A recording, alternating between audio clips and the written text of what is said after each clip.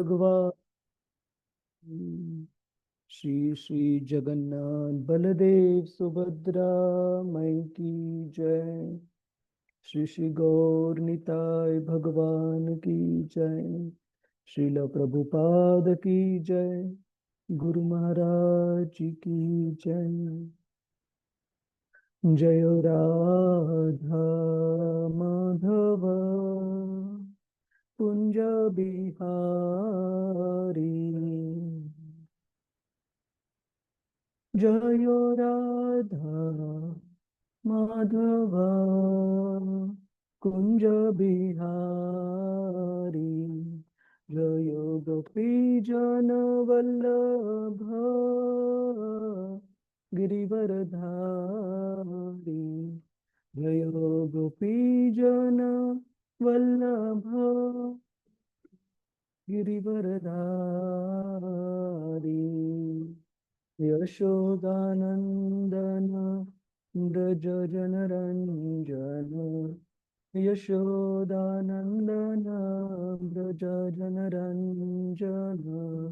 जमुना तीरावनचारी। जमुना तीरावनचारी। जय राधा माधव कुंज बिहारी। जय राधा माधव कुंज बिहारी। जय श्री कृष्ण चैतन्य प्रभु नित्यानंदा। श्री अद्वैता गदाधर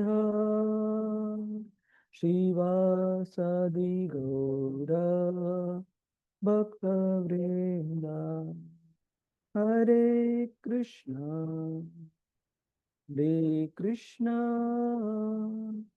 कृष्णा कृष्णा हरे हरे हरे राम हरे राम राम राम हरे हरे हरे कृष्णा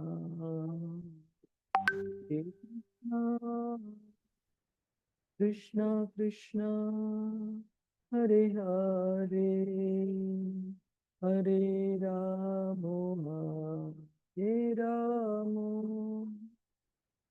राम राम हरे हरे हरे कृष्णा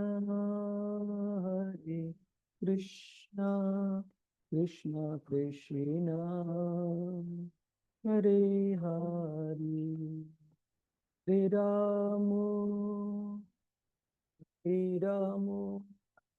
राम राम हरे हरे हरे कृष्णा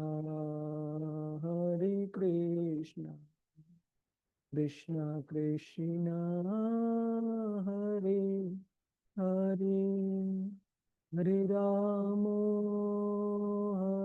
राम राम राम हरे हरे हरे कृष्णा कृष्णा कृष्णा हरे हरे हरे राम राम राम हरे हरे। जय राधा गोविंद राधा गोविंद श्री राधे। जय जगन्नाथ जय जगन्नाथ जय बलदेव जय सुभद्रा। जगन्नाथ स्वामी नयन पथगामी नयन पथगामी भवतो मे। जय गौरनिताय गौरानिताय गौरानिताय जय गौरानिताय जय जय प्रभुपाद प्रभुपाद प्रभुपाद प्रभुपाद जय जय गुरुदेव गुरुदेव गुरुदेव हरिनाम संकीर्तन की जय। श्रील प्रभुपाद की जय। गुरु महाराज जी की जय।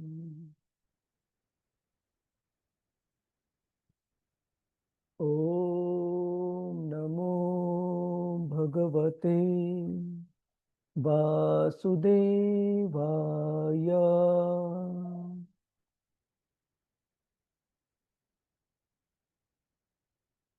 ओम नमो भगवते वासुदेवाय।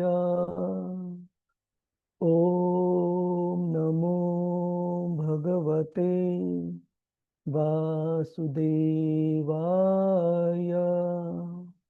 नारायणं नमस्कृत्य नरं चैव नरोत्तमं देवीं सरस्वतीं व्यासं ततो जयमुदीरये।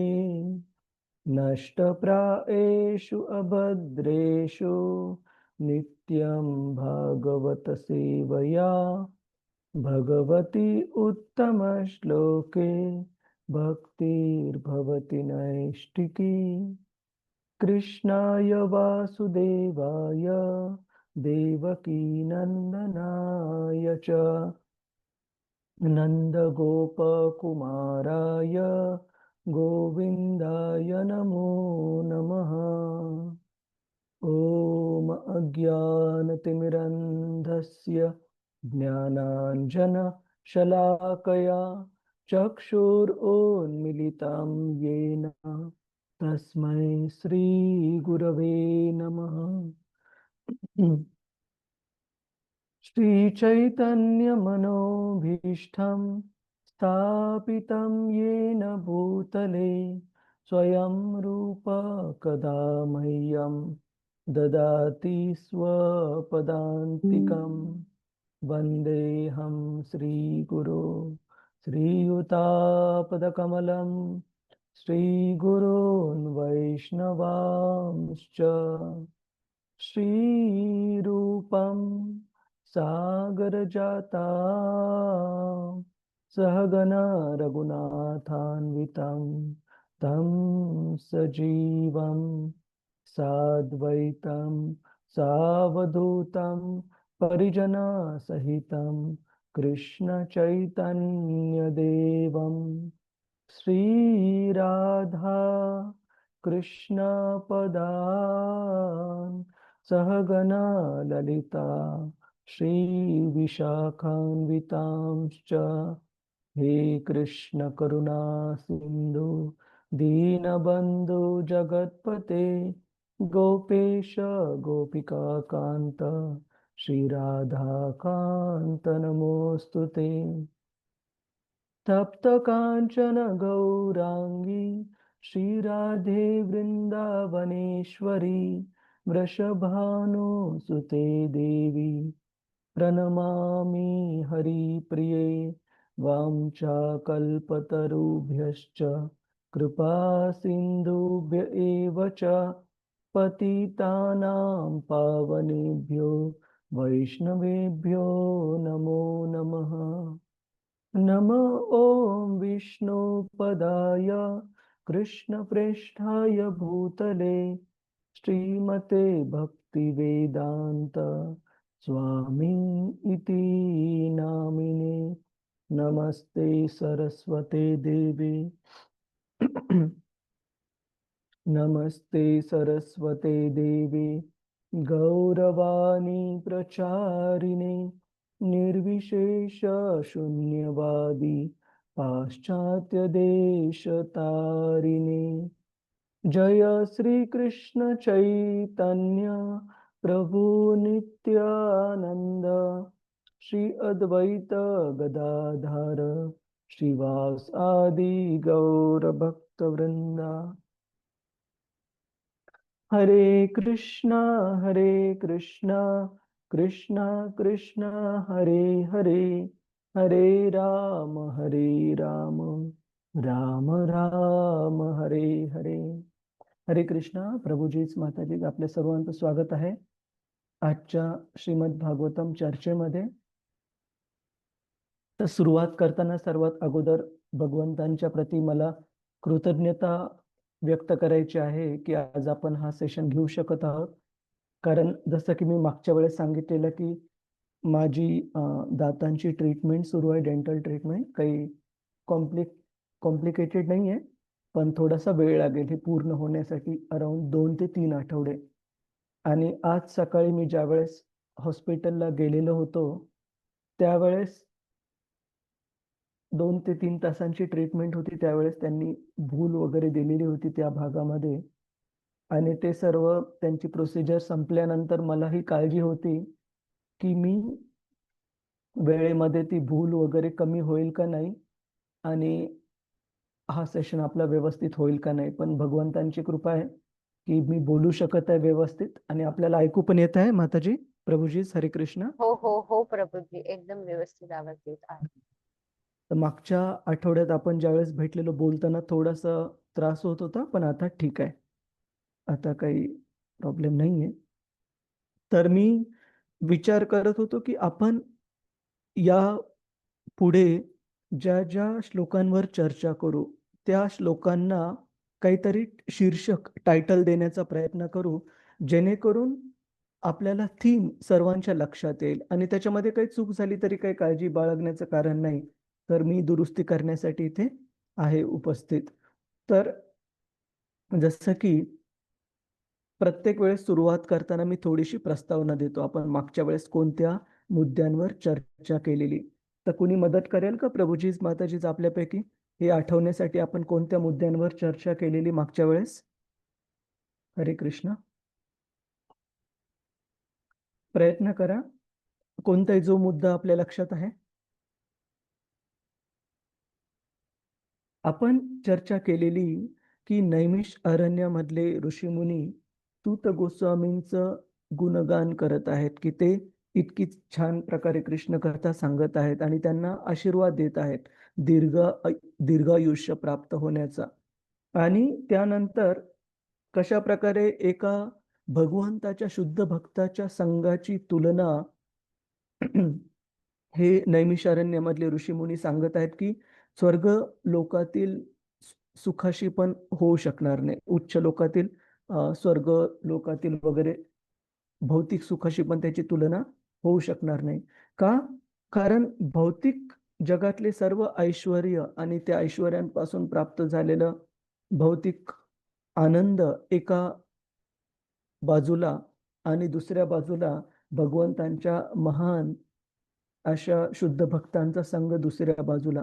तर ह्या दोघांची कधीही तुलना होऊ शकत नाही, कारण भगवत भक्तांचा आपण विशेषतः शब्द वापरलेला योषित संगी आणि भगवत भक्त संगी, की योषित संगी म्हणजे भौतिकवादी लोकांचा संघ आणि शुद्ध भक्तांचा संघ।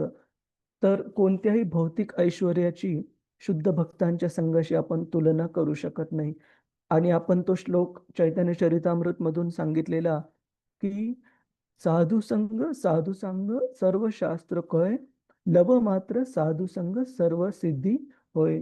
की लव मात्र म्हणजे एका सेकंदाचा पण काही पार्शल, काही प्रमाणातला भाग, या एका क्षणाच्या शुद्ध भक्ताच्या संघाने पण, पूर्ण सहवासाने पण पूर्ण आयुष्य आपलं हे बदलू शकतं भगवत भक्तीमध्ये। तर या आतापर्यंतचे जे 2-3 श्लोकांची प्रस्तावना सांगितली त्या श्लोकांच्या ग्रुपला आपण कोणतं शीर्षक देऊ शकतो प्रभूजीच माताजीच? कोणता मुद्दा बाहेर येत आहे या श्लोकांमधून? कोणी प्रयत्न करेल का? आपल्याला जर शिकण्यासारखं लर्निंग जर आपल्याला घेऊन जायची आहे तर कोणता मुद्दा आपण शिकू शकतो या सर्व श्लोकांमधून? शौनकादी ऋषी मुनी जे सांगत आहेत त्याच्यामधून कोणती गोष्ट? संत संघ हा, भगवत कथा, साधू संघ. साधू आणि विशेष भगवत कथा. भगवत कथा दोन्ही बरोबर आहेत की शौनकादी ऋषी मुनींची जी उत्कंठा आहे कृष्ण कथा ऐकण्यासाठी सूत गोस्वामींद्वारे, ती उत्कंठा आपल्याला पाहायला मिळत आहे का? की ते कृतज्ञ आहेत सूत गोस्वामींच्या बद्दल की हे सूत गोस्वामी केवळ आणि केवळ तुमच्यामुळं आम्हाला ही संधी प्राप्त झाली कृष्ण कथा ऐकण्यासाठी, नाहीतर आम्ही कशासाठी एकत्र जमले होते ते? अगोदर कोणतं कारण होतं प्रभूजीज माताजीज? एक लोककल्याणासाठी हा यज्ञ. लोक कल्याणासाठी. तर कारण तर चांगलं होतं, पण ते कारण पूर्णत्वास येण्यासाठी जो विधी त्यांनी अगोदर अवलंबिला होता 1000 वर्षांचा यज्ञ होता. आणि शौनकादी ऋषी मुनी सांगतात की हे सूत गोस्वामी या यज्ञाच्या सुरुवात करण्याने ते यज्ञ तर लांब काळ चालणार होता, परंतु आमचं सगळं शरीर हे त्याच्यापासून येणाऱ्या धुरामुळं म्हणा सगळं काळवंडलेलं आहे, परंतु आपल्याकडून भगवंतांचं नाम रूप गुण लीला इत्यादी यशोगानाचा जो यज्ञ आहे तो कितीतरी सोयीस्कर आहे आणि श्रेयस्कर पण आहे पार पाडण्यासाठी. याच्यावर पण आपण चर्चा केली. तर ह्या सर्व श्लोकांमधून शौनकादी ऋषी मुनींची उत्कंठता आपल्याला पाहावयास मिळते. भगवत कथा कृष्ण कथा सूत गोस्वामींबद्दल सूत गोस्वामींकडून ऐकून घेण्यासाठी.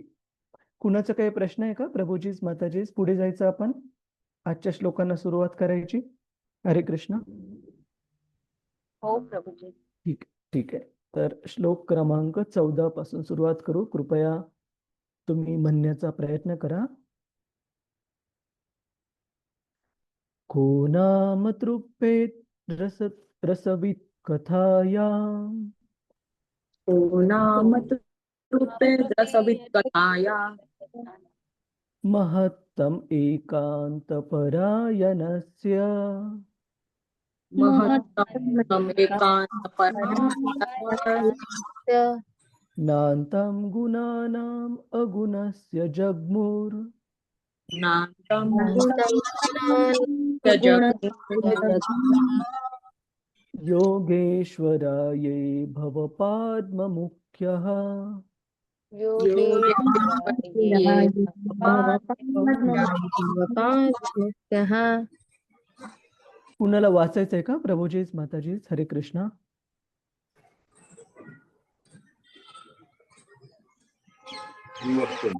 प्रभूजी किरण जाधव प्रभू, तुम्ही ह्या श्लोकाचं वाचा आणि रसप्रदा सुमुखी माताजी तुम्ही पुढच्या श्लोकाचं भाषांतर अनुवाद वाचा.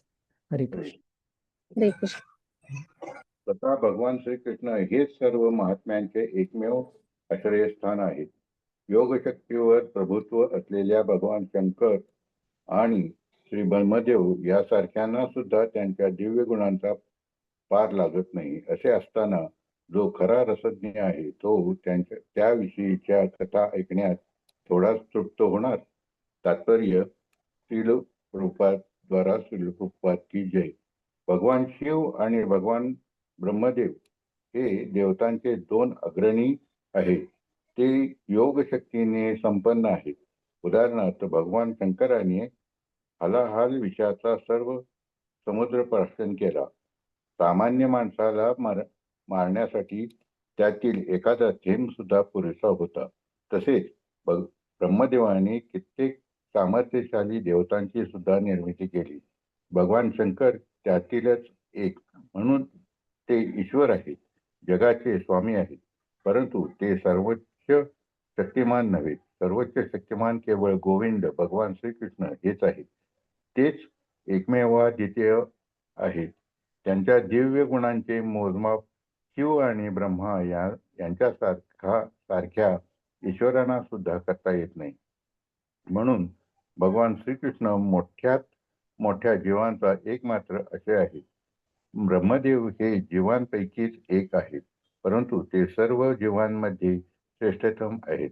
आता सर्व जीवांमध्ये श्रेष्ठतम असलेल्या या ब्रह्मदेवांना भगवान श्रीकृष्णांच्या या दिव्य कथांची एवढी ओढ का? कारण भगवान सर्व सुखाचे आधार आहेत.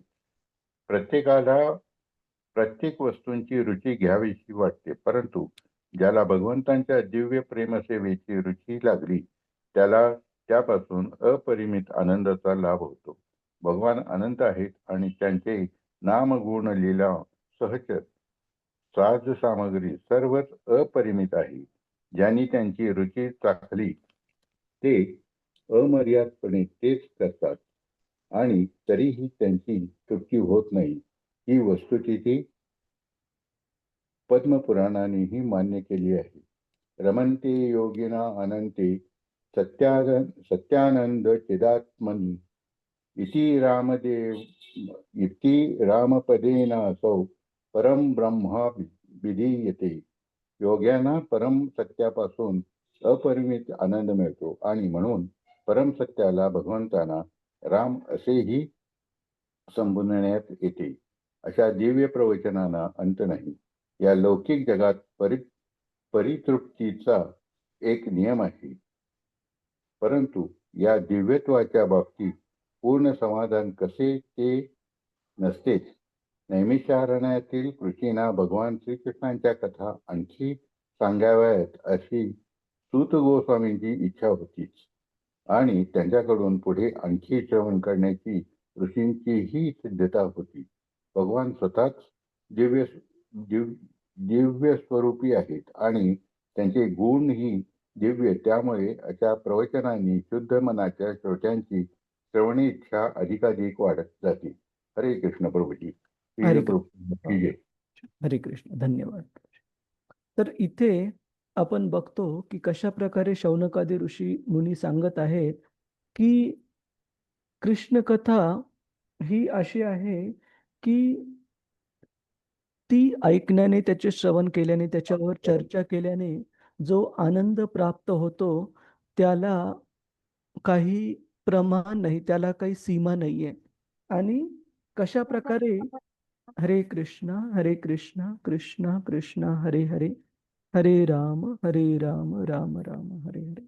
आणि कशा प्रकारे ब्रह्मदेवांसारखे आणि भगवान शंकरांसारखे, तरी ते ब्रह्मदेवांना आणि शंकरांना पण भगवान हा शब्द वापरलेला आहे. तर याच्यावर आपण अगोदर चर्चा केली की श्रीमद भागवतामध्ये काही ठिकाणी भगवंतांचे जे महान भक्त आहेत, जसं की नारद मुनी असू, ब्रह्माजी असू, शिवजी असू, यांच्यासाठी पण कधी कधी भगवान या शब्दाचा उपयोग झालेला आहे. परंतु नियमाप्रमाणे भगवान हा शब्द विशेषतः केवळ आणि केवळ भगवंतांसाठी, भगवान श्रीकृष्णांसाठी हा शब्द बनलेला आहे. आणि हा शब्द बनवलेला आहे व्यासदेवांचे वडील पराशर मुनी, की भगवान ह्या शब्दाचा अर्थ आहे असा व्यक्ती जो 6 प्रकारच्या ऐश्वर्यांमध्ये परिपूर्ण आहे. आणि ते 6 प्रकारचे ऐश्वर्य आहेत: स्ट्रेंथ म्हणजे शक्ती, स्ट्रेंथ वेल्थ म्हणजे ऐश्वर्य, स्ट्रेंथ वेल्थ ब्युटी म्हणजे सौंदर्य, फेम म्हणजे त्यांची कीर्ती, strength wealth beauty fame knowledge, knowledge म्हणजे ज्ञान, आणि रिनाउन्सिएशन म्हणजे वैराग्य. असा व्यक्ती जो या 6ही ऐश्वर्यांमध्ये परिपूर्ण आहे. आणि असे केवळ आणि केवळ भगवंत श्रीकृष्ण आहेत. तेच फक्त हा जो क्रायटेरिया आहे, ही जी पात्रता आहे 6 ऐश्वर्यांमध्ये परिपूर्ण असण्याची, ती पात्रता केवळ आणि केवळ भगवंत कृष्णच पूर्ण करतात. आणि भगवंतांचे पण जे विस्तारित रूप आहेत, उदाहरणार्थ विष्णू आणि बाकीचे अवतार, ते पण हे 6 गुणांमध्ये परिपूर्ण कोणीही व्यक्ती यामध्ये परिपूर्णता प्राप्त करू शकत नाही. तर भगवान हा शब्द तसा नियमित पाहायला गेलं तर भगवंतासाठीच, कृष्णासाठीच लागू आहे. परंतु काही ठिकाणी भागवतामध्ये त्यांच्या भक्तांना त्यांचं यशोगान करण्यासाठी या शब्दाचा उपयोग करण्यात आलेला आहे. तर आपण पाहतोय ते शिवजी आणि ब्रह्माजी यांना पण भगवान हा शब्द इथे वापरलेला आहे. तर सांगितलंय की कशा प्रकारे भगवंतांच्या नाम रूप गुण लीला इत्यादींबद्दलची जी चर्चा आहे, जे श्रवण आहे, त्या श्रवणाने जो आनंद प्राप्त होतो तो अपरिमित आहे. त्याची काही सीमा नाहीये. आणि भगवान शंकरांसारखे, ब्रह्मदेवांसारखे महान भक्त पण भगवंतांच्या ह्या नाम रूप गुण लीला इत्यादी दिव्य गुणांचा त्यांना पण पार लागत नाही. म्हणजे त्यांना पण कधी संतुष्टता प्राप्त म्हणजे वाटत नाही की अरे आता खूप झालं, मी खूप सारं यशोगान ऐकलं भगवंतांचं. जेवढं आपण ऐकत राहू तेवढं अजून ऐकावंच राहावं वाटतं. तर या भौतिक जगामध्ये आपण पाहतो की प्रत्येक व्यक्ती ही आनंदाच्या पाठीमागे. मग काही काही जण चुकीच्या मार्गाचा अवलंब करतात तो आनंद प्राप्त करण्यासाठी. पण प्रत्येक जीव प्रत्येक क्षणाला ह्या कार्याने असो की त्या कार्याने असो, एक प्रकारे असो की दुसऱ्या प्रकारे असो, प्रत्येक जीव शास्त्रात सांगितलंय की आनंदमयोभ्यासात. आनंदमयोभ्यासात म्हणजे आपलं आपला स्वभावच असा आहे जीवाचा, प्रत्येक जीवाचा. मग तुम्ही किडा, मुंगी, पक्षी, पशु, झाड, कोणत्याही जीवाचं उदाहरण घ्या. त्यांच्यामध्ये आपल्याला पाहायला मिळेल की आनंदमयोभ्यासात प्रत्येक जण आनंद प्राप्त करायचा प्रयत्न करत आहे. मग छोट्या मुंगीसाठी आनंदाचं प्रमाण असेल की साखरेचे 1-2 कण प्राप्त करणं आणि त्याच्यामध्ये तिला भरपूर आनंद प्राप्त होतो.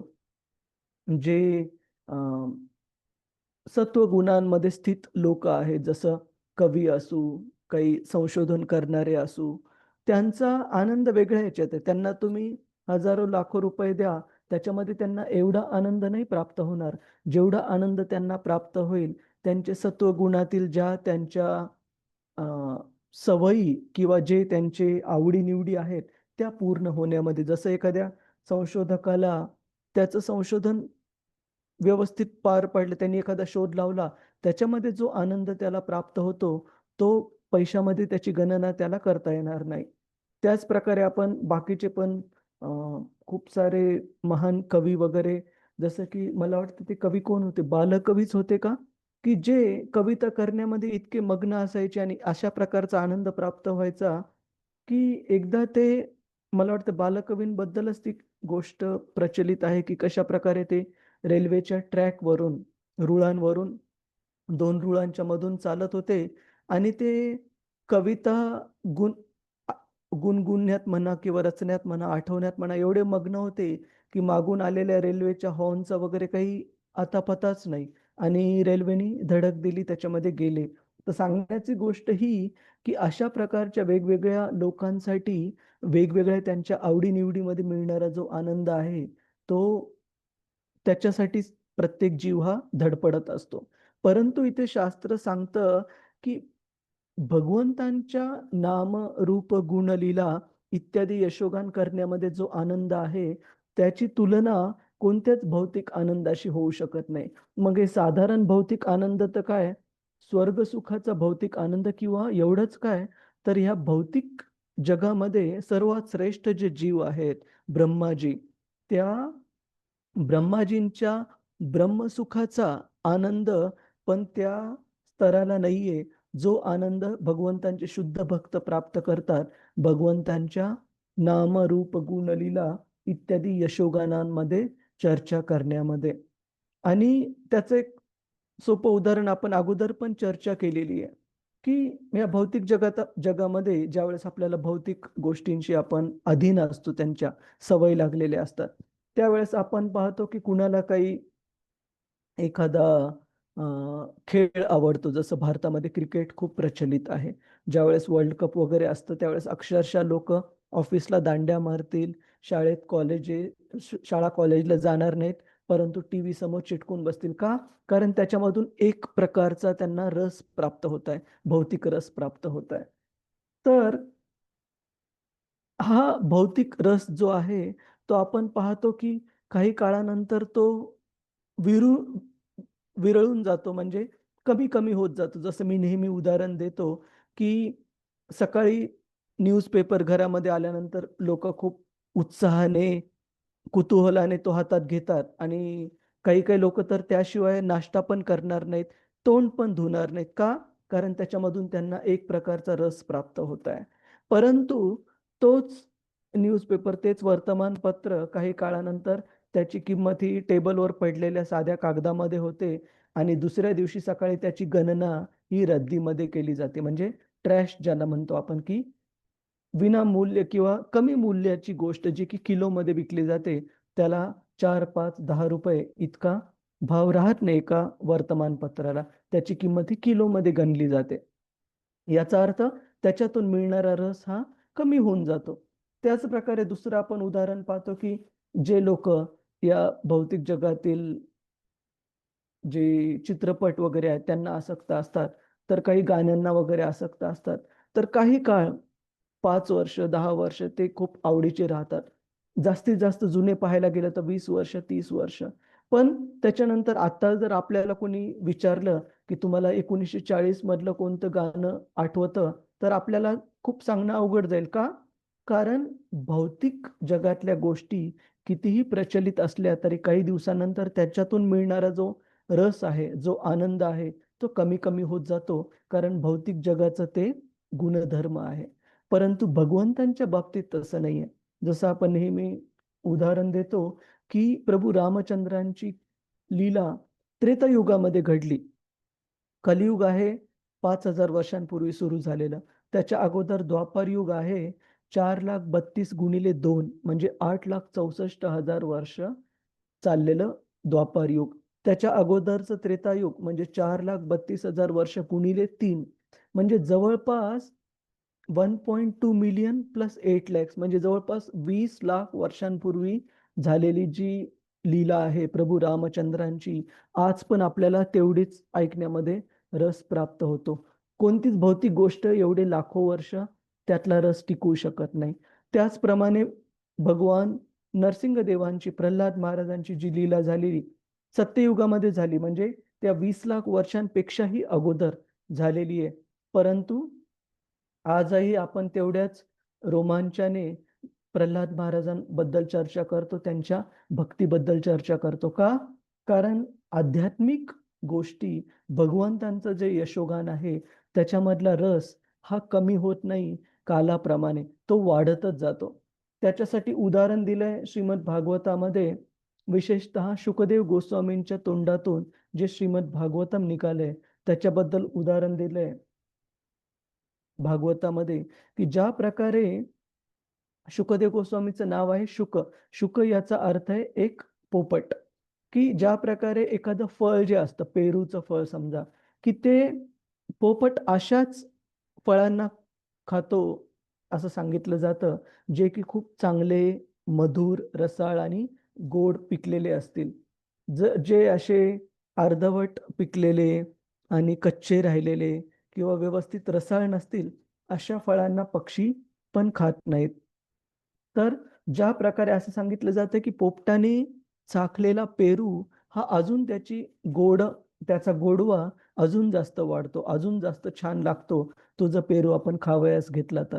त्याचप्रमाणे गुरु परंपरेमध्ये आलेलं हे जे श्रीमद भागवत आहे, ते शुकदेव गोस्वामींच्या तोंडातून आल्याने एखाद्या पोपटाने चाखलेल्या फळाप्रमाणे अजून ते रसाळ, अजून ते गोड, अजून त्याचा गोडवा वाढत जातो. तर हा फरक आहे या भौतिक जगातल्या गोष्टींचं आकर्षण, त्याच्यामध्ये असणारी रुची आणि भगवंतांच्या यशोगानामध्ये प्राप्त होणारा रस.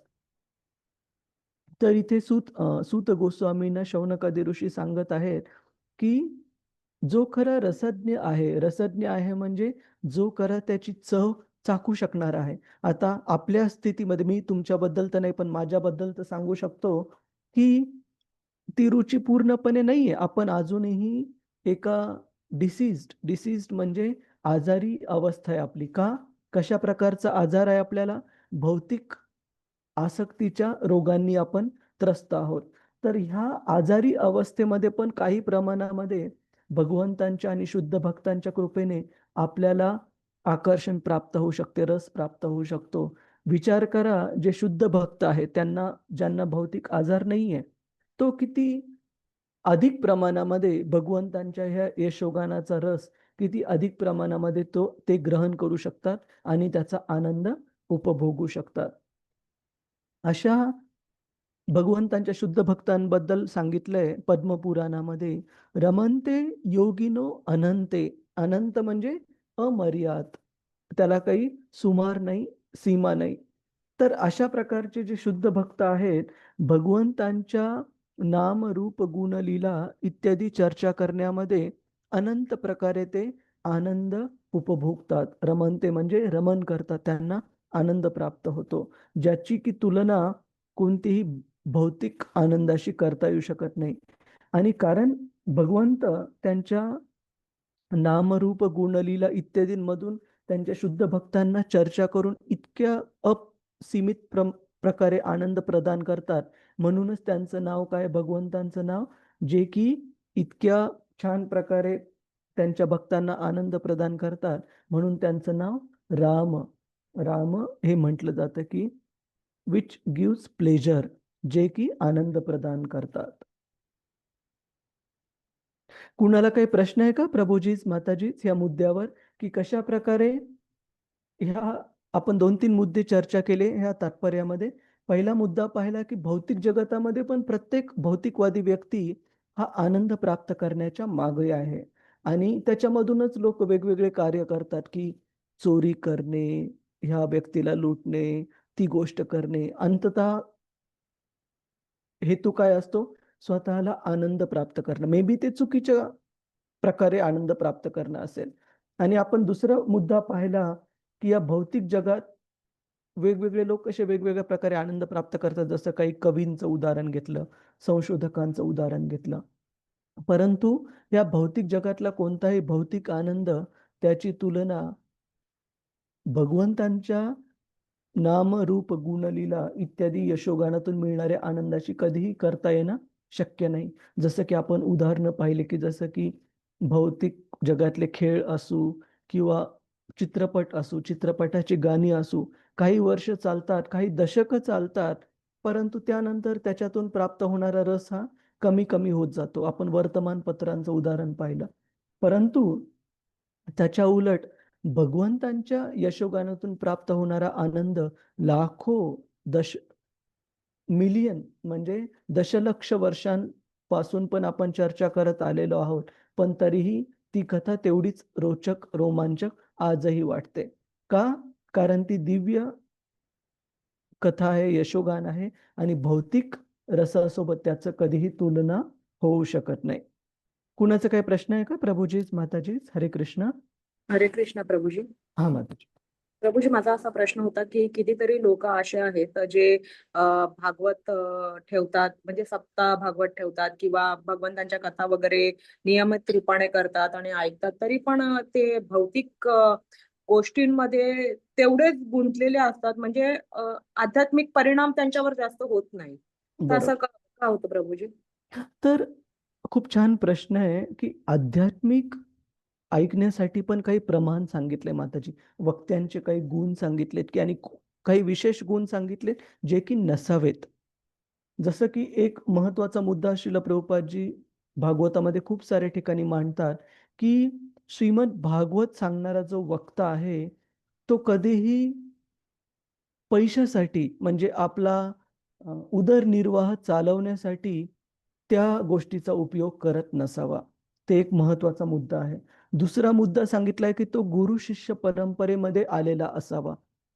जसं की आपण गुरु शिष्य परंपरा नेहमी पाहतो, श्रीमद भागवतम आले भगवंतांकडून ब्रह्माजींना, ब्रह्माजींकडून नारद मुनींना, नारद मुनींकडून व्यासदेवांना, व्यासदेवांकडून शुकदेव गोस्वामी, मग परीक्षित महाराज, सूत गोस्वामी, अशा गुरु शिष्य परंपरेमध्ये चालत आलेला आहे.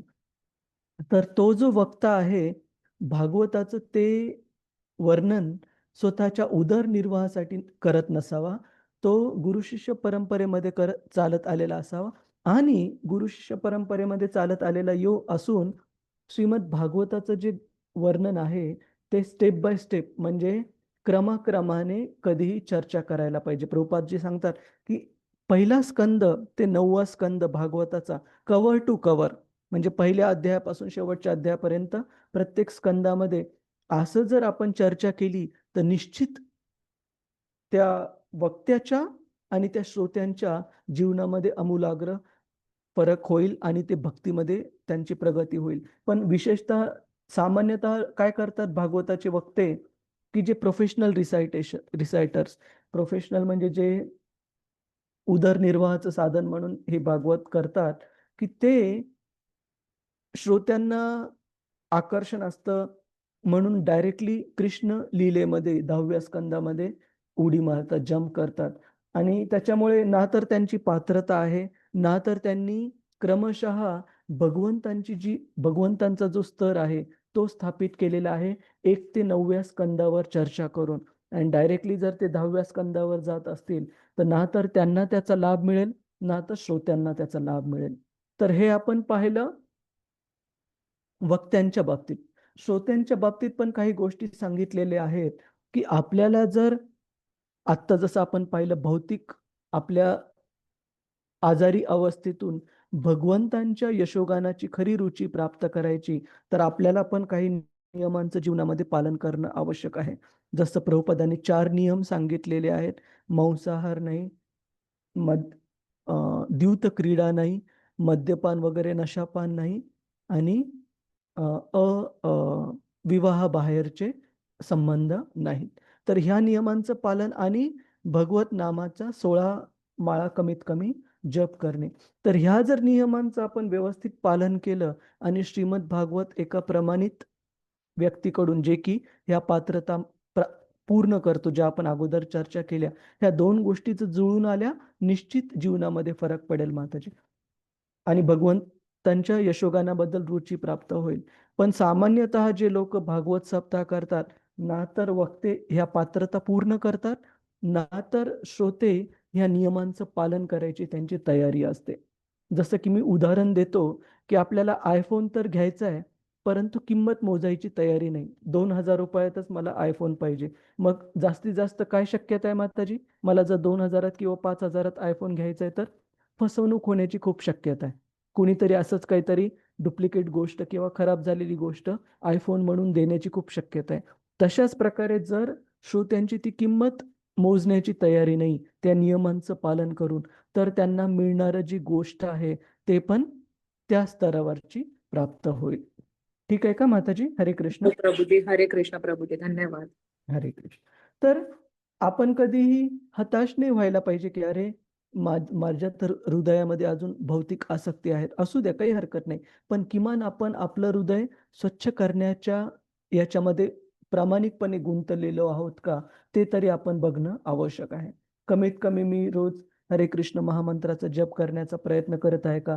आणि ते 16 माळांवर जप आणण्याचा प्रयत्न करत आहे का? 4 नियमांचं पालन व्यवस्थित करत आहे का जीवनामध्ये? ह्या जर गोष्टी, हे जर टिक मार्क हो असतील, तर निश्चित भगवंतांच्या कृपेने आपल्याला पण ती रुची वाढत जाईल. माताजीच, प्रभूजीच. हरे कृष्ण. हो प्रभुजी. हरे कृष्ण. पुढे जाऊ आपण. अजून कुणाचा काही प्रश्न आहे का? प्रभूजीच, माताजीच. हरे कृष्ण. ठीक आहे. श्लोक क्रमांक 15.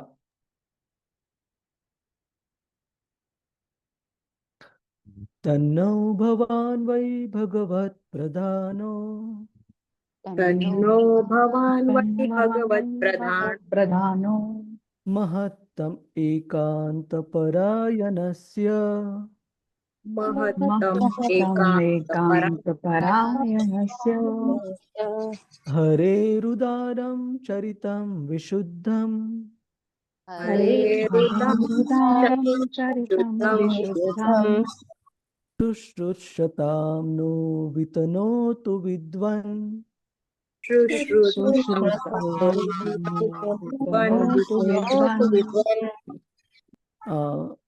हरे कृष्ण. रस प्रदा सुमुखी माताजी. हरे कृष्ण प्रभुजी, दंडवत प्रणाम. धन्यवाद. श्रील प्रभुपाद की जय. श्रील प्रभुपाद के द्वारा. अहो सुत गोस्वामी, तुम्ही विद्वान आहात, तसेच भगवंतांचे विशुद्ध भक्त आहात. भगवान हेच तुमच्या प्रेमाचे आणि सेवेचे प्रमुख विषय आहेत. कृपया तुम्ही भगवंतांच्या उदार आणि विशुद्ध चरित्राचे विस्ताराने वर्णन करून सांगा. आम्ही तुमच्याकडून श्रवण करण्यासाठी आतुर आहोत. तात्पर्य: भगवंतांच्या दिव्य चरित्राचे गायन करणाऱ्या वक्त्यासाठी पूर्ण पुरुषोत्तम भगवान श्रीकृष्ण हेच एकमेव उपास्य विषय असायला हवेत. अशा विषय वस्तूचा श्रोतृ वर्ग देखील श्रवणोत्सुक असायला हवा. जेव्हा जसा संयोग शक्य होतो आणि योग्य वक्ता व योग्य श्रोते एकत्र येतात तेव्हाच आणि तेथेच सौहार्दपूर्ण आध्यात्मिक चर्चा घडून येतात.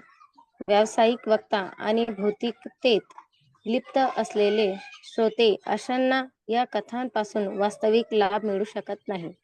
व्यावसायिक वक्ता आपल्या कुटुंबाच्या भरणपोषणासाठी भागवत सप्ताहाचा देखावा करतो आणि भौतिकतेत लिप्त असलेले श्रोते असे सप्ताह धार्मिकता, संपत्ती, इंद्रियाची तुष्टी किंवा मोक्ष यासारख्या भौतिक लाभांसाठी श्रवण करतात. अशी प्रवचने प्राकृतिक गुणांच्या प्रदूषणातून मुक्त नसतात. नैमिषारण्यातील ऋषी आणि सूत गोस्वामी यांच्यातील कथा संवाद हे दिव्य पातळीवरचे होते. तेथे भौतिक लाभाचा प्रश्न नव्हता. अशा संवादातून श्रोता व वक्ता यांना अपरिमित दिव्य सुख प्राप्त होते. त्यामुळे असे संवाद सहस्र वर्षे चालू राहू शकतात. आताचे सप्ताह केवळ 7 दिवसांचे असतात आणि समारंभ संपल्यावर वक्ता व श्रोते दोघेही आपल्या नेहमीच्या प्रापंचिक कामात लीन होतात. याचे कारण म्हणजे वर स्पष्ट केल्याप्रमाणे वक्ता हा भगवत प्रधान नसतो आणि श्रोता शुश्रूषताम नसतो. हरे कृष्ण प्रभूजी. हरे कृष्ण. धन्यवाद माताजी. तर आत्ता माताजींनी विचारलेल्या प्रश्नाचं उत्तर आपल्याला ह्या तात्पर्यामध्ये पाहायला मिळतं की कशा प्रकारे ह्या श्लोकामध्ये आपण बघत आहोत की आदर्श अशा वक्त्याचे गुण आणि आदर्श अशा श्रोत्याचे गुण आपल्याला इथे पाहायला मिळतात.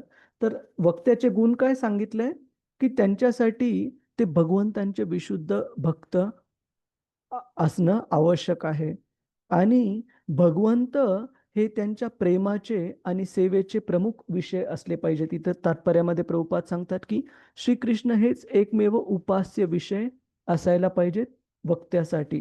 त्याचप्रमाणे श्रोत्यासाठी पात्रता सांगितली की श्रवणोत्सुक श्रोते हे भगवंतांच्या यशोगान ऐकण्यासाठी इतके आतुर असले पाहिजे. परीक्षित महाराजांसारखे, जसे की त्यांना तहान, भूक, आराम या सगळ्या गोष्टींची पण त्यांना हे नव्हती, जाण नव्हती भगवंतांच्या यशोगान ऐकण्यापुढे. तर आपण मग म्हणू शकतो का की मी त्या स्तरावर आहे किंवा आपण श्रोते म्हणून त्या स्तरावर आहोत? बिलकुल नाही. आपण मान्य करायला पाहिजे की आपण अजून भौतिक स्तरावर आहोत. परंतु मग आपली पात्रता काय आहे? इथे जर ही पात्रता सांगितली आहे तर आपली पात्रता काय? आपली पात्रता आहे गुरु शिष्य परंपरेमध्ये आलेले भगवंतांचे जे शुद्ध भक्त आहेत त्यांच्या आज्ञेनुसार, त्यांच्या कृपेने आपण या भगवत कथेचा आदान प्रदान करण्याची, ऐकण्याची, आपल्या छोट्या स्तरावर यशोगान आपण गाण्याचा प्रयत्न करत आहोत.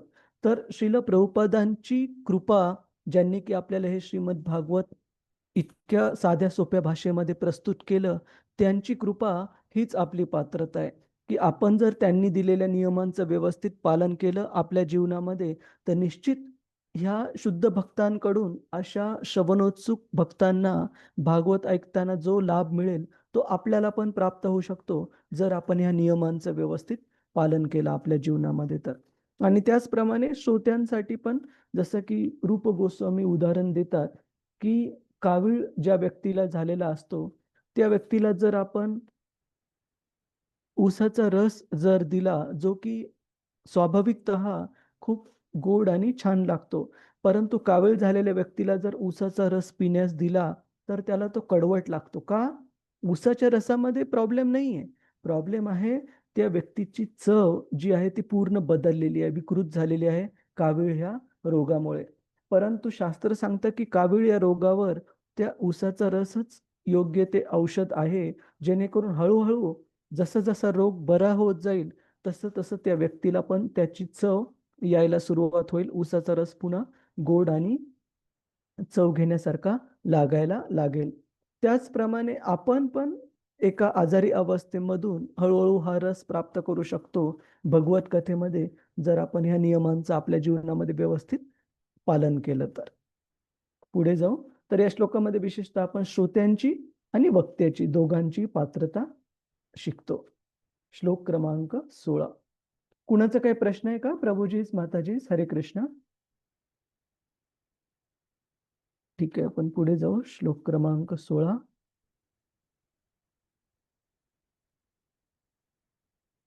सवै महाभागवत परीक्षेत सवै महाभागवता परीक्षेत येन अपवर्गाख्यम मद बुद्धिः येन बुद्धिः ज्ञानेन वैयासकीशे शब्दितेन ज्ञानेन शब्दितेन भेजे खगेन्द्रध्वजपादमूलम्.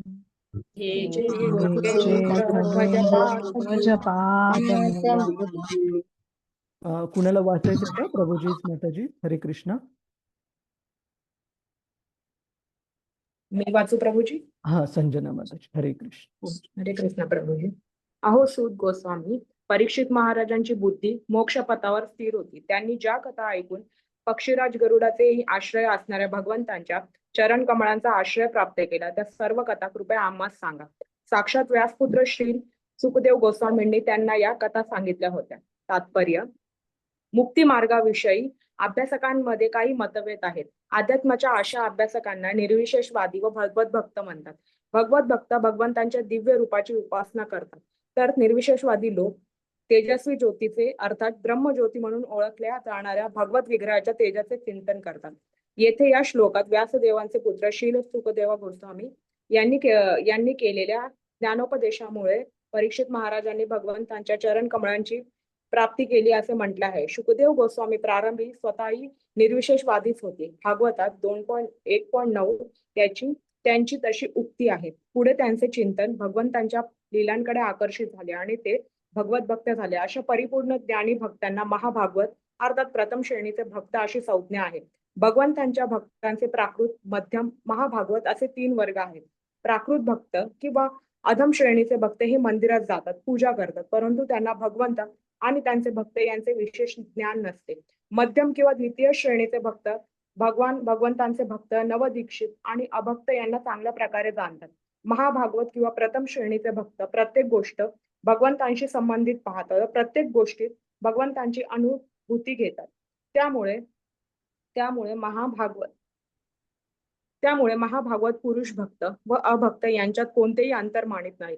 परीक्षित महाराज असेच महाभागवत श्रेणीचे भक्त होते, कारण त्यांना शुकदेव गोस्वामींसारख्या महाभागवताकडून दीक्षा प्राप्त झाली होती. ते सर्वांवर सारखीच दया करीत, अगदी कलीवर सुद्धा. मग इतरांसंबंधी काय बोलावे? अगोदर निर्विशेषवादी असलेले पश्चात भगवत भक्त झाले आहेत, अशी जगाच्या दिव्य इतिहासात अनेक उदाहरणे आहेत. परंतु भगवंतांचा भक्त निर्विशेषवादी झाल्याचे एकही उदाहरण नाही. ही वस्तुस्थितीत असे सिद्ध करते की परमार्थाच्या मार्गावर भगवंतांनी प्राप्त केलेला स्तर हा परमार्थाच्या मार्गावर भगवत भक्तांनी प्राप्त केलेला स्तर हा निर्विशेषवाद्यांच्या स्तराहून अधिक श्रेष्ठ आहे. भगवद्गीतेत 12.5 स्पष्टपणे सांगितले आहे की अव्यक्तात आसक्त असलेल्या व्यक्तींना लाभाच्या तुलनेत कष्ट अधिक पडतात. श्रील शुकदेव गोस्वामींनी दिलेल्या ज्ञानामुळे परीक्षित महाराजांना भगवंतांची सेवा प्राप्त झाली. या परिपूर्णत्वाच्या अवस्थेलाच अपवर्ग परिपूर्ण मुक्ती असे म्हणतात. मुक्तीचे वरवरचे ज्ञान हे भौतिक ज्ञान आहे. भौतिक बंधनातून वास्तविक सुटका म्हणजे मुक्ती. परंतु भगवंतांच्या दिव्य सेवेची प्राप्ती होणे म्हणजे मुक्तीची पूर्ण अवस्था किंवा सिद्धी होय. ही स्थिती ज्ञान आणि वैराग्याने प्राप्त करून घेता येते. हे पूर्वी श्रीमद भागवत 1.2.12 सांगितले आहे. आणि शुकदेव गोस्वामींनी दिलेल्या परिपूर्ण ज्ञानाची परिणिती भगवंतांच्या दिव्य प्रेममय भक्तीत होते. हरे कृष्ण प्रभूजी. धन्यवाद. हरे कृष्ण. श्रील प्रभुपाद की जय. तर इथे या तात्पर्यामध्ये 2 प्रकारचे अध्यात्मवादी लोक सांगितलेले आहेत. एका प्रकारचे अध्यात्मवादी लोक म्हणजे निर्विशेषवादी. तर निर्विशेषवादी म्हणजे काय? निर्विशेषवादी म्हणजे असे लोक जे भगवंतांच्या सच्चित आनंद रूपाला मानत नाहीत आणि भगवंतांच्या शरीरातून येणारा जो प्रकाश आहे ब्रह्मज्योती, त्या भगवंतांच्या शरीरातून येणाऱ्या प्रकाशालाच ब्रह्मन ज्याला आपण म्हणतो, ब्रह्मन म्हणजे भगवंतांच्या शरीरातून येणारा प्रकाश, ब्रह्मज्योती, त्याला ते सर्वश्रेष्ठ मानतात. मग असं सांगितलं जातं की असे जे निर्विशेषवादी लोक आहेत, जे भगवंतांचं त्रिभंग रूप, भगवंतांचं सच्चित आनंद रूप ते मानत नाहीत. ते कारण भगवंतांचा रूप मानत नाही, त्यांना निर्विशेषवादींना कृष्ण अपराधी, कारण ते भगवंतांचं रूप हे मान्य करत नाहीत. अध्यात्माच्या स्तरावर त्यांना प्राथमिक स्तरावर समजलं जातं, निम्न स्तरावर समजलं जातं. परंतु जे भगवत भक्त आहेत ते भगवंतांना वैयक्तिकरित्या भगवंतांचं सच्चित आनंद रूप मानतात आणि वैयक्तिकरित्या त्यांना सेवा अर्पण करतात. जसं की आपण वेगवेगळ्या भक्तांचं उदाहरण दिलं मागच्या वेळेला, काही सेशन्स पूर्वी आपण अंबरीश महाराजांबद्दल एक सुंदर श्लोक वाचलेला, की कसं ते आपल्या शरीराचे वेगवेगळे अवयव, इंद्रिय हे सगळे भगवंतांच्या सेवेमध्ये लावायचे.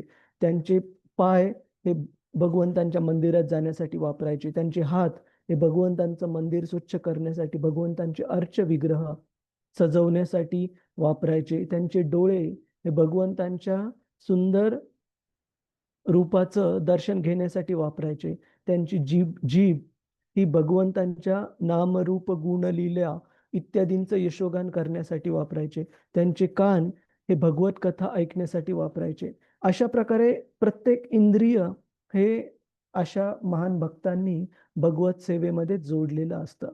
तर निर्विशेषवादी आणि भगवत भक्त हे दोन स्तर सांगितलेत वाद्यांचे. तर याच्यामध्ये श्रीमद भागवतामध्ये सांगितलंय दुसऱ्या अध्यायामध्ये पहिल्या स्कंदाच्या, की कशा प्रकारे भगवत भक्त हा जो स्तर आहे तो भगवंतांना जाणण्याचा सर्वोच्च स्तर आहे आणि निर्विशेष वाद्यांचा जो स्तर आहे तो भगवंतांना जाणण्यामध्ये प्राथमिक स्तर आहे. ब्रह्मेती परमात्मेती भगवान इति शब्देते, हा श्लोक येतो श्रीमद भागवताच्या पहिल्या स्कंदामध्ये, की ज्याच्यामध्ये हे सांगितलंय की कशा प्रकारे ब्रह्मन, परमात्मा आणि भगवान हे स्टेप बाय स्टेप क्रमशः 3 स्तर सांगितलेत भगवंतांना जाणण्याचे, ज्याच्यामध्ये ब्रह्मन म्हणजे निर्विशेषवादी स्तर हा सर्वात प्राथमिक आहे.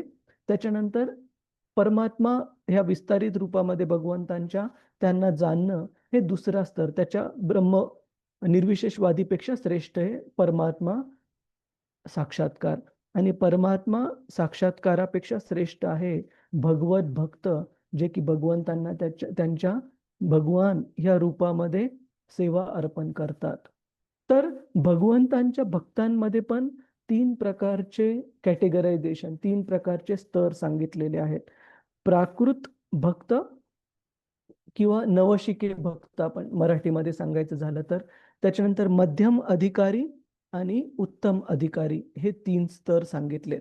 तर शुकदेव गोस्वामींचं उदाहरण सांगितलंय की कशा प्रकारे त्यांच्या पूर्वाश्रमीच्या जीवनामध्ये ज्यावेळेस शुकदेव गोस्वामी त्यांच्या आईच्या गर्भातून जन्मच खूप मोठे असताना झाला, कारण जवळपास 16 वर्ष ते आईच्या गर्भामध्ये होते. त्याची कथा आपण कधी दुसऱ्या वेळेस चर्चा करू, कारण शिवजी हे त्यांच्या पाठीमागे होते.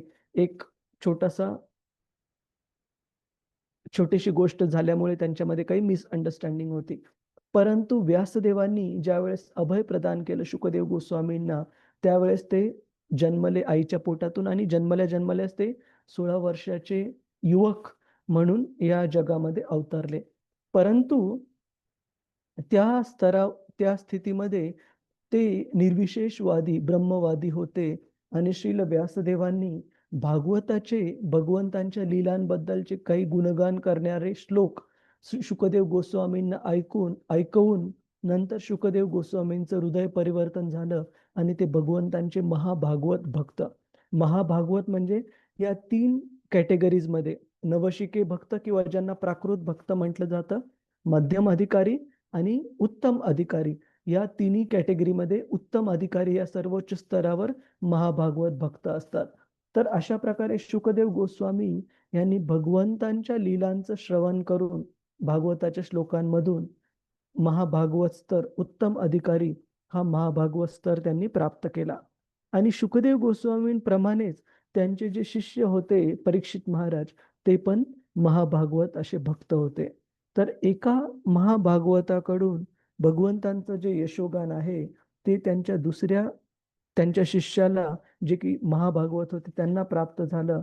तर हे भगवंतांच्या यशोगानाच्या आदान प्रदानाचा सर्वोच्च स्तर आहे. तर श्रील प्रभुपादजी सांगतात की जसं आपण पाहिलं की निर्विशेषवादी भक्त हे प्राथमिक स्तरावर, परमात्मा साक्षात्कार झालेले दुसऱ्या स्तरावर, आणि भगवत भक्त हे सर्वोच्च स्तरावर, हे श्रीमद भागवतम सांगतं. तर निर्विशेषवादी व्यक्ती भगवत भक्तीमध्ये आल्याचे उदाहरणं आपल्याकडे पाहायला मिळतात, जसं की आपण शुकदेव गोस्वामींचं उदाहरण पाहिलं. परंतु उलट उदाहरण कधी पाहायला मिळत नाही की भगवत भक्त हे पुन्हा प्राथमिक स्तरावर आलेले, निर्विशेषवादी स्तरावर आलेले आपल्याला पाहायला मिळत नाही. याच्यावरून आपल्याला हे कळतं की भगवत भक्तीचा जो स्तर आहे तो सर्वोच्च आहे, आणि भगवत भक्तीच्या स्तरामध्ये पण वेगवेगळे कॅटेगरीज, वेगवेगळे स्तर आहे. जसं नवशिके भक्त किंवा ज्यांना कनिष्ठ अधिकारी म्हटलं जातं, किंवा प्राकृत भक्त पण म्हटलं जातं. तर कनिष्ठ अधिकारी, मध्यम अधिकारी, उत्तम अधिकारी. तर उत्तम अधिकारी म्हणजे सर्वश्रेष्ठ भक्तीचा स्तर. तर मग आपल्या मनामध्ये विचार येऊ शकतो की आपण कोणत्या स्तरावर आहेत. तर तुमच्याबद्दल तर सांगू शकत नाही, पण माझ्याबद्दल मी निश्चित कॉन्फिडन्सने सांगू शकतो की कनिष्ठ अधिकारी होण्याचा पण प्रयत्न चालू आहे. कनिष्ठ अधिकारी म्हणजे कसा, प्राकृत भक्त ज्याला की भगवंतांबद्दल आपुलकी आहे, भगवंतांबद्दल आदर आहे, परंतु भगवंतांचे जे बाकीचे भक्त आहेत त्यांची अजून त्यांना महत्त्व, जाण ही कळालेली नाहीये. कारण ते ज्यावेळेस महत्त्व प्राप्त होतं त्यावेळेस त्या प्राकृत भक्ताला कळतं की आपण कशा प्रकारे केवळ भगवंतांचा आदर करून उपयोग नाहीये. काही काही वेळेस लोक मंदिरात तर जातात, परंतु त्या मंदिराच्या बाहेर आलं की त्यांचं जे बिहेवियर म्हणजे आचरण जे असतं ते त्या भगवत भक्तीच्या स्तरावर नसतं. लगेच ते विसरून जातात भक्तीचे नियम, भक्तीमध्ये शिकलेले तत्व किंवा भक्तीमध्ये प्राप्त केलेले गुण, आणि भौतिक स्तरावर थोड्या थोड्या गोष्टीला रागवणे, थोड्या थोड्या गोष्टीला भांडण करणे, अशा प्रकारचे भौतिक निम्न स्तरावरचे गुण आपण दर्शवतो. तर याच्यावरून आपल्याला कळतं की आपला स्तर अजून हा प्राकृत भक्त, कनिष्ठ अधिकारी या स्तरावर आहे. तर कमीत कमी भक्ती मार्गाच्या नियमांचं पालन करून आपण मध्यम स्तरावर येणं अपेक्षित आहे. आणि त्याच्यानंतर भगवंतांच्या शुद्ध भक्तांची कृपा झाली तर आपल्याला शुद्ध भक्तीचा स्तर पण प्राप्त होईल. पण सगळ्यात अगोदर आपल्याला निम्न स्तरावरून, प्राकृत भक्त या स्तरावरून मध्यम अधिकारी या स्तरावर येण्यासाठी भक्तीच्या नियमांचं पालन करणं आवश्यक आहे. तर इथे प्रभूजीच माताजीच आपण आज कन्क्लूड करू. कुणाचा काही प्रश्न आहे का? हरे कृष्ण. हरे कृष्ण प्रभूजी. हा माताजी. प्रभूजी, आपण आता या श्लोकामध्ये बघितलं की शुकदेव गोस्वामी जे होते ते निर्विशेषवादीच होते आधी. म्हणजे अगोदर निराकार जे आहे भगवंतांना निराकार समजत होते. पण प्रभूजी, अशी जे कथानुसार ते 16 वर्ष जेव्हा त्यांच्या आईच्या गर्भामध्ये होते तर ते भौतिक जगतात मध्ये त्यांना मन नव्हतं. बरोबर आहे. काहीच हा, घेणं मग देणं नव्हतं. हो, त्यांना यायचं नव्हतं म्हणून ते हे होते. तर कसं म्हणजे त्यांच्या मनात असं कसं विचार येऊ शकतो की भगवंत निर्विकार आहेत असं? एक मिनिट, मी एक श्लोक दाखवायचा प्रयत्न करत आहे तुम्हाला हो की प्रभू. याचं विस्तारामध्ये वर्णन आहे पहिल्या स्कंदामध्ये, की सांगितलेलं आहे की कशा प्रकारे ते आईच्या पोटातून जन्म घेतल्यापासून एक मुक्त आत्मा होते. म्हणजे या भौतिक जगताशी त्यांना काहीही घेणं देणं नव्हतं. परंतु निर्विशेषवादी जी समज होती भगवंतांबद्दलची, तर त्याच्या अगोदर हा जर प्रश्न विचारला माताजी आणि प्रभूजीच की भगवंत हे इज गॉड पर्सनल और इम्पर्सनल, भगवंत यांचं व्यक्तिशः रूप आहे का ते निराकार आहेत? तर याचं उत्तर काय राहील प्रभूजी माताजी सांगा. इज गॉड पर्सनल और इम्पर्सनल? दोन्ही आहेत. दोन्ही येऊ शकतं प्रभू. बरोबर आहे, बरोबर आहे, दोन्ही आहे. परंतु त्यांचा जो वैयक्तिक, त्यांचं जे वैयक्तिक व्यक्तिशः जो स्तर आहे, त्रिभंग किंवा श्यामसुंदर जो स्तर आहे, तो त्यांच्या निराकार स्तराच्या कितीतरी श्रेष्ठ आहे. ठीक आहे. तर त्या साकार रूपाची केलेली भक्ती याच्यामध्ये निराकार स्तर हा अगोदरच कवर्ड आहे. जसं की उदाहरणार्थ सांगायला गेलं तर जसं नेहमी उदाहरण देतो मी की बालवाडीतल्या मुलाला अगोदर बेरीज वजाबाकी शिकवताना शिकवलं जातं की मोठ्या संख्येतूनच छोटी संख्या वजाबाकी होऊ शकते. म्हणजे 5 काड्या असतील त्याच्यातून 2 काड्या जर काढून घेतल्या तर 3 काड्या बाकी राहतात. याचा अर्थ 5 मायनस किंवा वजा 2 बरोबर 3 असं त्याला शिकवलं जातं. पण त्याला जर तुम्ही सांगितलं की 2 मधून पण 3 वजा होऊ शकतात, 2 - 3 इज ऑल्सो पॉसिबल, तर त्याला कदाचित पटणार नाही किंवा त्याच्या समजेच्या वर आहे ते. का? कारण त्याला अजून 2 - 3 बरोबर -1 हे अजून शिकलेला नाहीये तो. त्याच प्रकारे निर्विशेष वादाचा जो स्तर आहे, आपण समजू की तो 5 - 2 म्हणजे 3 हे ह्या स्तरावरचा स्तर आहे. तर व्यक्तिशः जो स्तर आहे तो स्तर अजून त्यांनी शिकलेला नाहीये. तर शुकदेव गोस्वामींच्या उदाहरणामध्ये त्यांचं जे निर्विशेष वादाचा जो स्तर होता, तर असं सांगितलं जातं, म्हणजे भागवताच्या पहिल्या स्कंदात तेवढ्या विश्लेषणात्मक वर्णन नाहीये याचं. पण आपण शुकदेव गोस्वामींच्या बाबतीत असं सांगितलं जातं की श्रील व्यासदेवांनी त्यांना जे श्लोक त्यांच्या कानावर ऐकू घातले भगवंतांच्या व्यक्तिशः लीलेबद्दल, ते जे श्लोक होते, मला वाटतं 2 वेगवेगळे श्लोक होते, त्याच्यापैकी एक श्लोक आपण हा स्क्रीनवर बघत आहोत आत्ता. तर आपण एकदा हा श्लोक म्हणूया, मग याच्यावर मी थोडंसं विश्लेषण सांगतो. कृपया आपण सर्वांनी हा श्लोक म्हणण्याचा प्रयत्न करा. अहो बकीयं स्तनकालकूटं अहो बकीयं स्तनकालकूटं जिघांशयापाययात्पापि असाध्वी जिगांसयापायात असाध्वी लेभे गतिं धात्री उचितं ततोऽन्यम् लेभे गतिं उचितं ततोऽन्यम् कं वा दयालुं शरणं व्रजेम.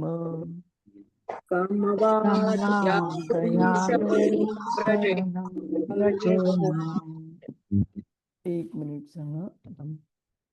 तर या श्लोकामध्ये वर्णन आहे की असे भगवंत कृष्ण कसे, ज्यांनी की पूतना रूपी असाध्वी म्हणजे विश्वास ठेवण्यालायक नव्हती अशी आसुरिक स्त्री, पूतना कशामुळे अविश्वास ठेवण्यालायक नव्हती?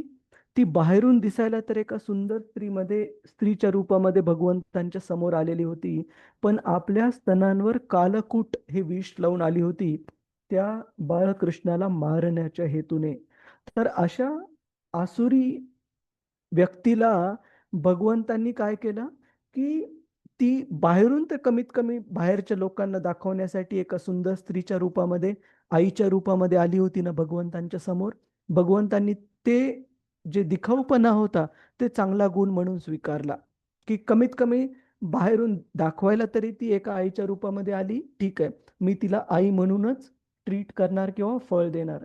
परंतु तिच्या हृदयातले जे दुर्गुण होते, तिच्या हृदयातली जी कटुता, जो कपटीपणा होता, तो पण भगवंतांनी दूर केला. कशा प्रकारे? तिच्या स्तनांवर लावलेलं जे कालकूट विष होतं ते तर स्वीकारलंच, परंतु त्याच्यासोबतच तिचा लाईफ एअर, तिचा प्राणवायू शोषून घेऊन तिचं शुद्धीकरण केलं. आणि अंततः पूतनेला कोणती गती प्राप्त झाली?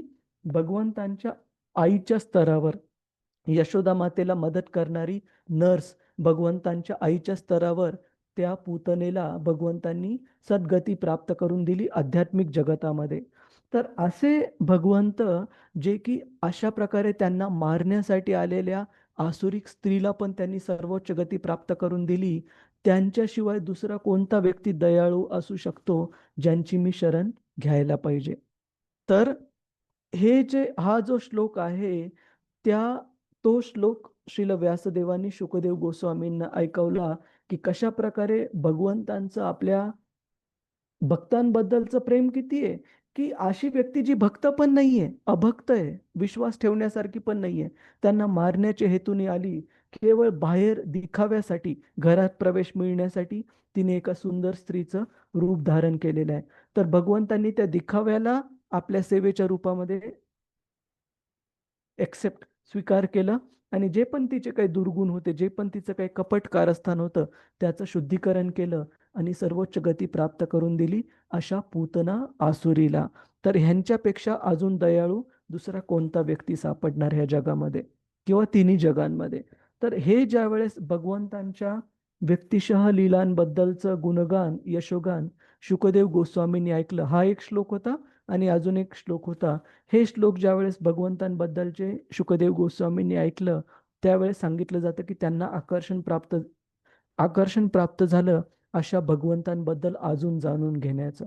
आणि मग त्यांनी श्रील व्यासदेवांकडून श्रीमद भागवतम व्यक्तिशः शिकलं आणि मग ते भगवंतांच्या महाभागवत अवस्थेला त्यांनी प्राप्त केलं.